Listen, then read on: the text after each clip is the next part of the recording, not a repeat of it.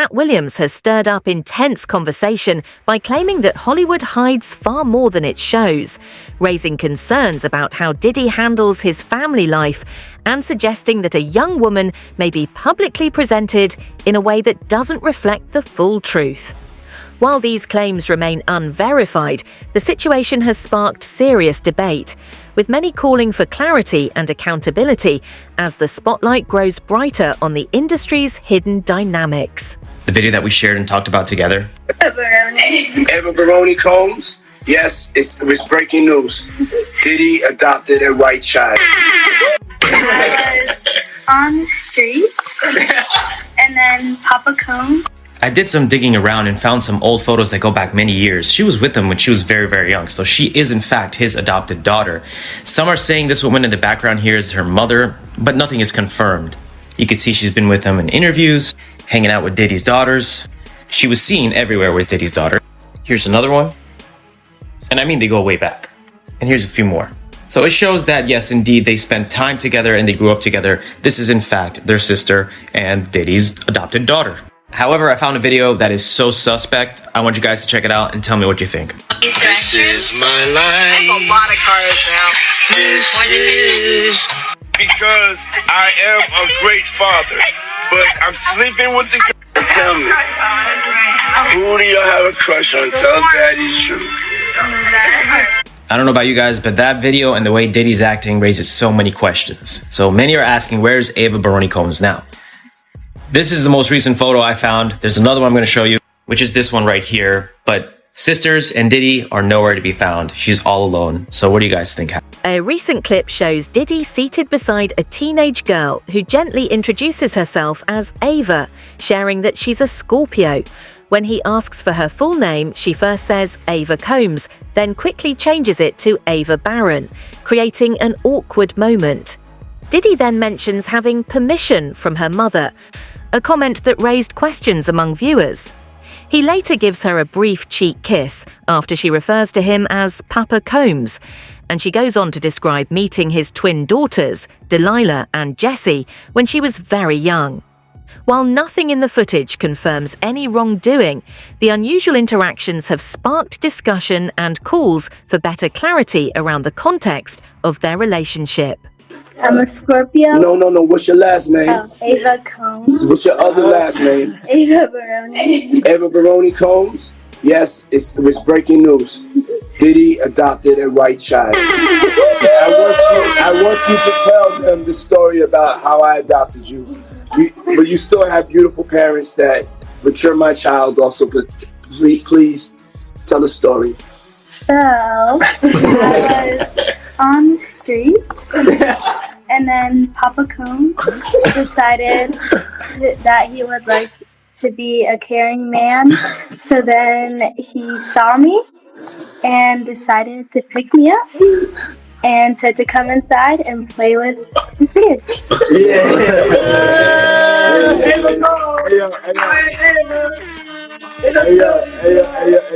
Ava, that's like a little bit like borderline suspect. I don't want nobody, we want to get it clear. I adopted you like Madonna adopted kids and everybody else adopted kids, Charlize Theron, everybody that's ever adopted Sandra Bullock. I adopted you because I felt that you could, enjoy also having a black parent to take care of you and help you out. So just clarify it, because it's crazy out here online. So I played with the kids and I got permission from your mother, and say all of that just to make it, because it's crazy out here. Well, I met Jessie and Delilah when I was 6 months old. 6 months. And then we basically are sisters, all four of us. So, and then I always come over. Yes. And it's Ava Baroni Combs. Come on. Let's go.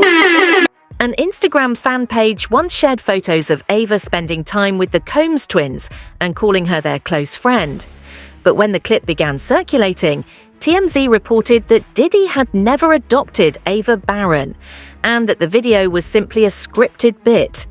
Even so, viewers questioned why Ava appeared uneasy on camera, why the skit was made in the first place, and what the intended message was.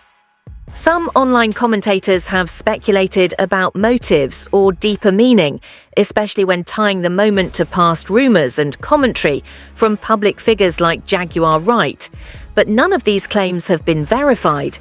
What is clear is that the video sparked confusion, prompting many people to call for more transparency rather than jumping to conclusions about the individuals involved. The little white girl that Diddy adopted. Where did he get her from? Was she the pick of the litter? Those poor babies. You know, people should go back and do a little research in the 90s, especially in the mid-late 90s and early 2000s. The diddler used to for white parties in Bangkok and Dubai and in Morocco, where child prostitution is legal.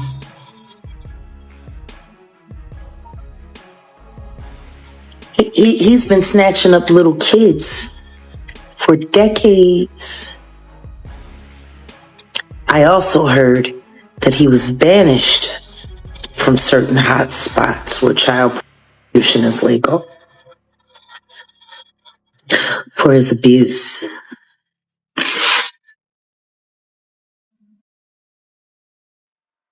Hey, thanks for Flavor Camp, huh? I hate when people choose not to believe me. Court-related rumours circulating online have only added to concerns for Ava, with some filings and commentary suggesting that Diddy's household has faced serious scrutiny, and that Ava's situation, whatever it truly is, deserves caution and clarity.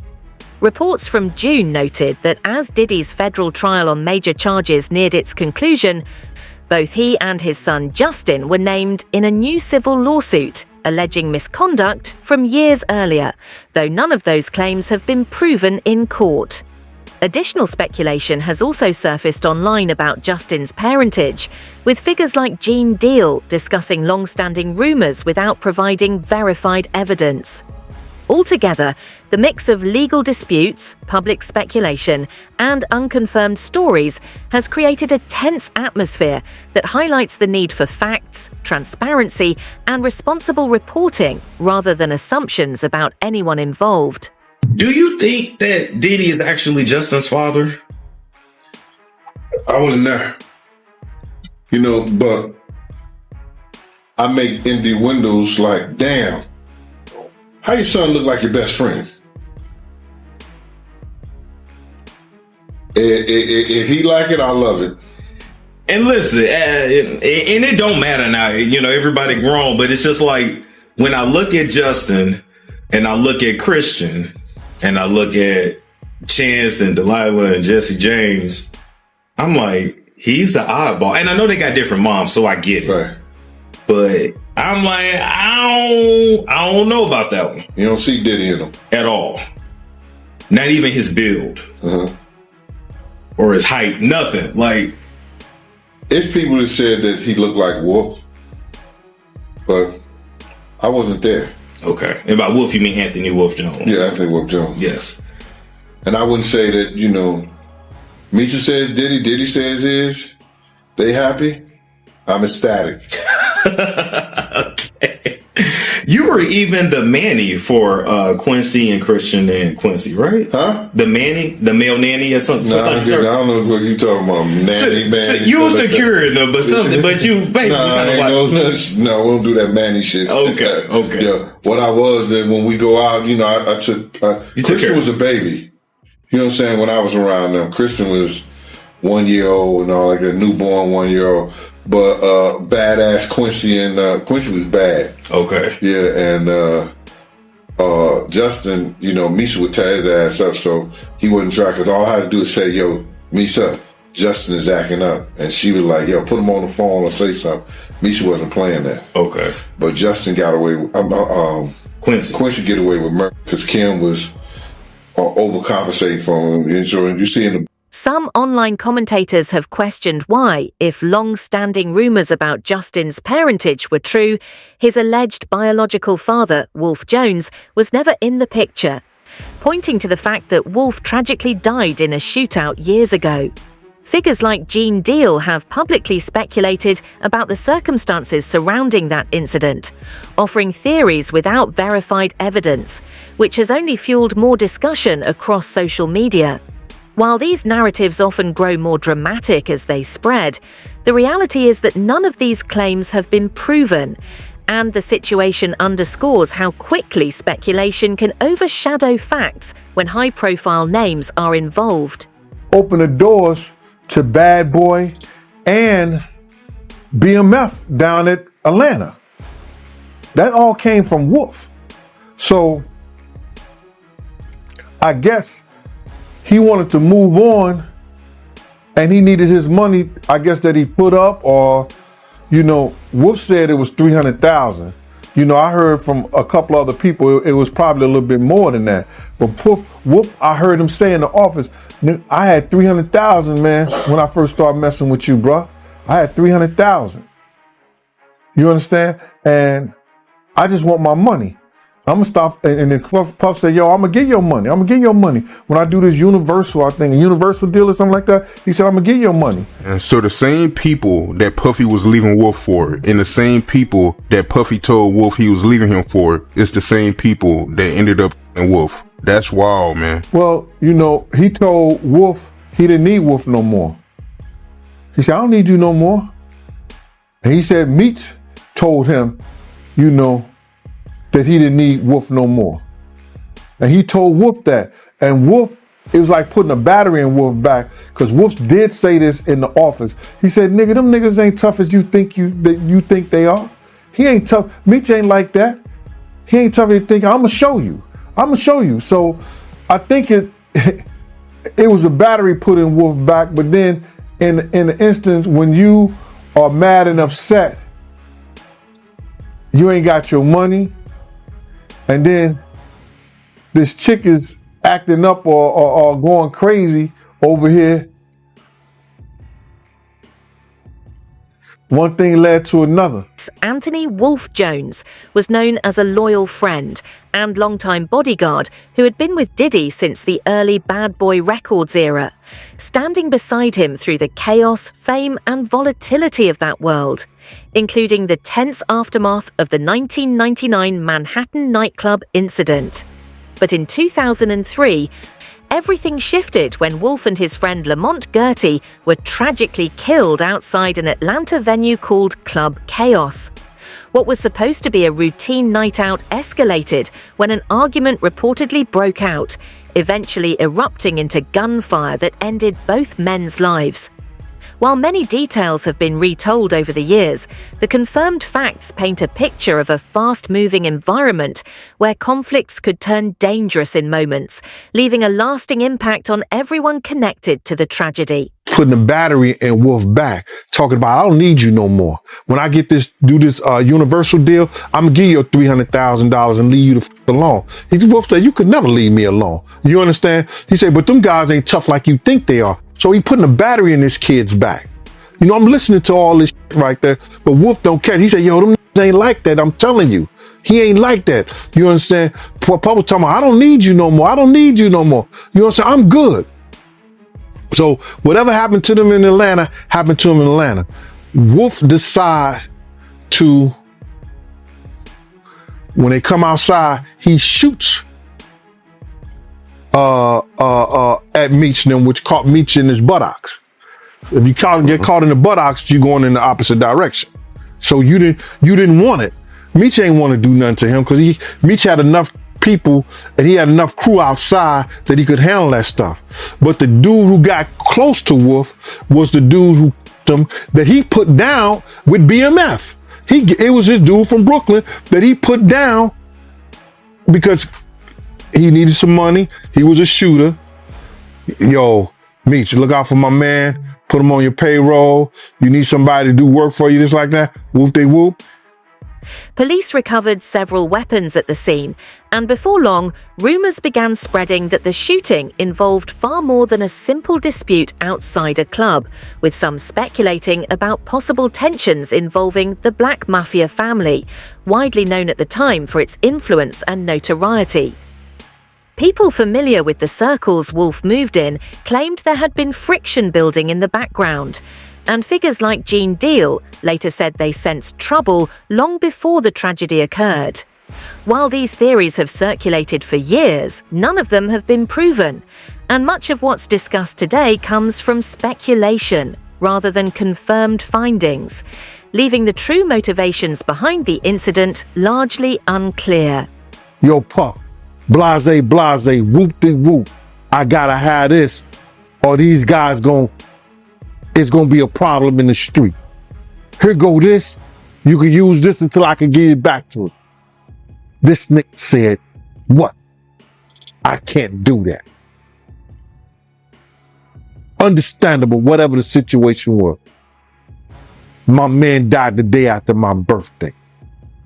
Turns around, tell Wolf, I'm gonna give you your $300,000. Wolf is the one who brought me back into Bad Boy, or brought me back into Bad Boy, because I was there before Wolf himself. Wolf's mother let me hear something that the the drug enforcement, the prosecutor from Atlanta, that Puff told Meech, go ahead and do what you got to do, when him and Wolf and them was beefing outside. I heard Wolf say out of his mouth, I'ma show you them niggas ain't that. I knew he was building up the atmosphere between Meech and Wolf to go at it. Do you hear me? Wolf get killed by some kids from BMF. Actually, the dude that he put down with BMF. This nigga brags about cussing Wolf's mother out. And I'm gonna call his name out. He bragged to his cousin, Ak. So you niggas in New York, if y'all don't believe what I'm saying, ask Ak. If Wolf was alive, the way he loved his mother, we wouldn't be talking about Diddy today. After Wolf's death, many people close to the situation described a lingering sense of unease, and conversations in those circles suggested that some felt the aftermath lacked the level of acknowledgement or respect they believed Wolf's loyalty should have earned. Gene Deal, in particular, later expressed frustration about what he viewed as an imbalance in loyalty and recognition, though these reactions reflect personal perspectives rather than verified facts. As with much of the story, public reactions have been shaped more by emotion, interpretation, and long-standing tensions than by confirmed details, leaving the narrative complicated and largely subjective. Even after all that, I still say this nigga from a situation he had in North Carolina. So, I don't care, bro. But I will not let this name go down as if he was this greatest thing that ever happened to hip hop. When the dudes that loved him the most and showed them love by protecting him, giving him that Bad Boy logo, and being, yo, bruh, the same game. When that nigga caught that situation in the city college, couldn't pay his rent, couldn't pay his car note. D was getting money up from nigga to get to this nigga. What do you ever do for the same game? But shout out, that's my crew, same game. According to Gene Deal's personal account, the man he believed had helped shape Bad Boy's image and guarded Diddy through the rise to fame seemed, in his view, to fade into the background after his passing. Gene often spoke about the human reality behind the bright lights. Men who, in his telling, had taken risks, endured hardship, and sacrificed pieces of their lives while supporting that world. He emphasized that his feelings weren't rooted in resentment, but in remorse, saying that what he had hoped for wasn't money or recognition, but a simple acknowledgement of the people whose lives were affected along the way. Now, if people gotta say all this, yo, Gene Deal don't get a life. What was you doing? What was you doing, bruh? What was you doing before YouTube? I taught high school. I was a high school substitute teacher. I was an investigator for child abuse. I worked for the Department of Juvenile Justice. I was a parole officer for 27 years. I worked for Elite Investigation for 10 years. I worked for Sue's Rendezvous for 10 years. What was my doing before YouTube? Get a life? Always had a life. Always had a good life because I got up. I was willing to shovel shit for a living. My satisfaction, all I ever wanted that nigga to do before I even started this shit, I talked to Chaz, told Chaz, talked to Zip, told Zip, talked to Slick.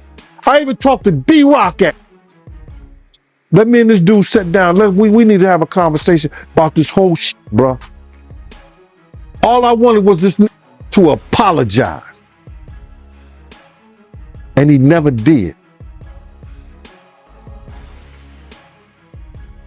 They made billions off him, gave him a million. Now, his dollar ain't gonna make a cent. So far, the narrative online has been a tangle of dramatic claims and speculation. Diddy supposedly taking in a young girl, who some viewers have suggested seemed uncomfortable. Questions about Justin's parentage and the tragic death of his alleged biological father. And additional rumors, like Danny Boy's past comment about seeing Justin's mother with Suge Knight while caring for him. While these stories have circulated widely, it's important to note that much of it is unverified and fueled by gossip, creating a highly charged but largely speculative picture of events. How many times were you around them when they were hanging out? About 4 or 5 times. So tell me some other stories, man, about Suge Knight hanging out with Lisa. Because at this time, I mean... It just felt like they was dating. Felt like they was dating all the time. Was she doing that behind Puffy back? Yeah, for sure, man. Whatever her first son was, like, he would be at the studio with me. Justin, I remember Justin being in the hotel with me. With me. Like, us just chilling while they chilling. And he was a little bitty boy. She's buying him shit. She bought him this red jacket that says 662 on it. I remember that leather jacket. So here's the thing, man, with Bad Boy. Because you got all these females that was on Bad Boy or they was affiliated with Bad Boy. And me hearing all these stories from you, Reggie Wright, all these people that tells these stories, it seems like it's a pattern, right? You got Faith Evans. She was going through it with Biggie, so she was coming to LA and she was messing around with Tupac. Misa, I'm assuming that she probably most likely wasn't saying eye to eye with Puffy. So she was messing around with Suge Knight. She would come to LA and mess around with Suge Knight. And Mary J. Blige, she wasn't on Bad Boy, but she was heavily affiliated with him. And you was messing with her and Tupac was messing with her. Yeah. So I want to get your opinion on that, man. Like, what was the deal with them females on Bad Boy, man? Like, Shit, what's the deal with all of them? It ain't shit changed. We just focusing it on it being now. Most females is in the industry that's all they mess with is industry niggas. But they messing with y'all, and it was well known that it was friction between Death Row and Bad Boy. It's most of the same shit. It's just Death Row and Bad Boy was the biggest at it. That's like trifling. I mean, it is. But it's look how many of these trifling people making babies with, I mean, ain't that, don't one of them dudes got a baby with Bow Wow mama, baby mama, like right. Like this is what they do. A pattern begins to emerge in online discussions about Diddy's reported behavior, suggesting that concerns about his treatment of children extend into how he interacts with partners and close associates. One former bodyguard, known as CC, recently shared claims about the extreme measures Diddy allegedly used to exert control, including threats and bizarre rituals. While these accounts are sensational and widely circulated, they remain unverified, highlighting how rumors and dramatic storytelling can quickly shape public perception even without confirmed evidence. And he plays with dark magic. These are facts. And you always see these people who have these meteoric rises. Nobody's giving them, nobody's backing them. They just like they did it from the ground up.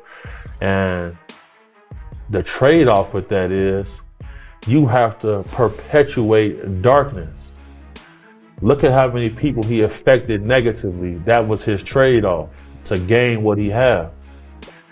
His former bodyguard, Gene Deal, said he seen him doing a ritual where they killed a dove.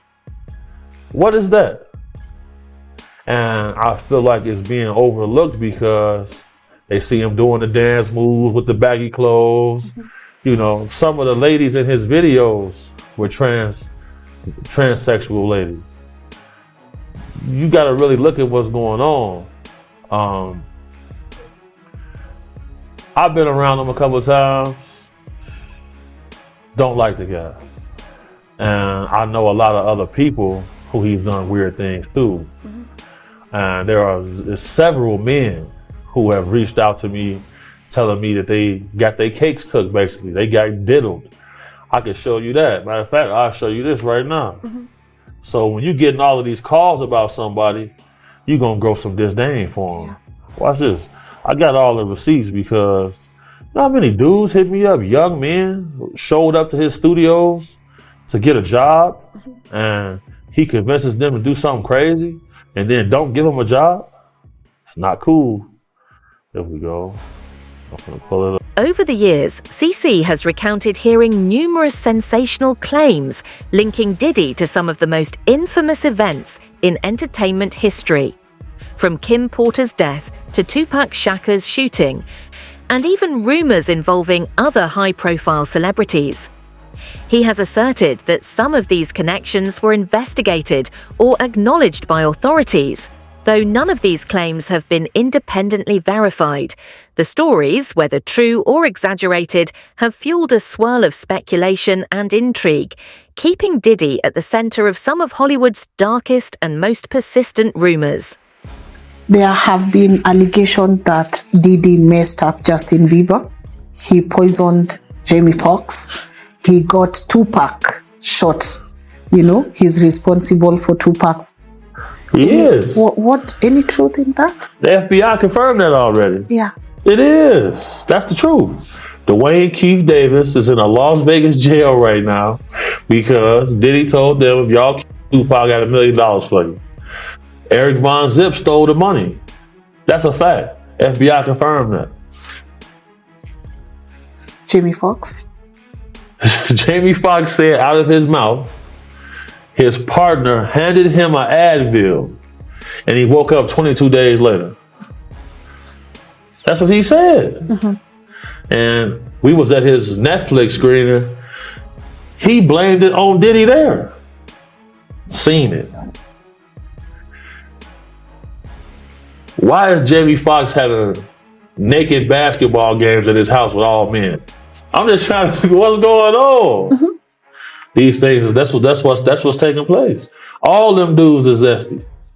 Bieber? The man almost cried in the interview. Now look, I'm gonna show you this. I done seen Bieber several times, and I'll show you.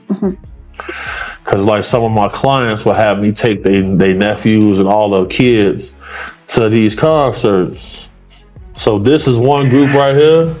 Oh, disappeared. There you go. So that's one group right there. Yeah. I would be with them.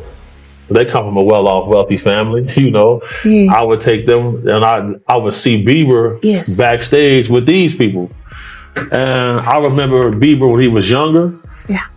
He was a lot more vibrant. Now, you see the man almost cry in an interview. Diddy said out of his mouth, Justin Bieber is somewhere right now in the house doing things we can't talk about. Nobody questions it because he's a rapper, I guess. Regardless of the veracity of those claims, one point CC emphasizes is clear. In his view, Hollywood operates through a strict system of power, silence, and control, where influence often outweighs transparency and the truth is frequently obscured behind layers of secrecy.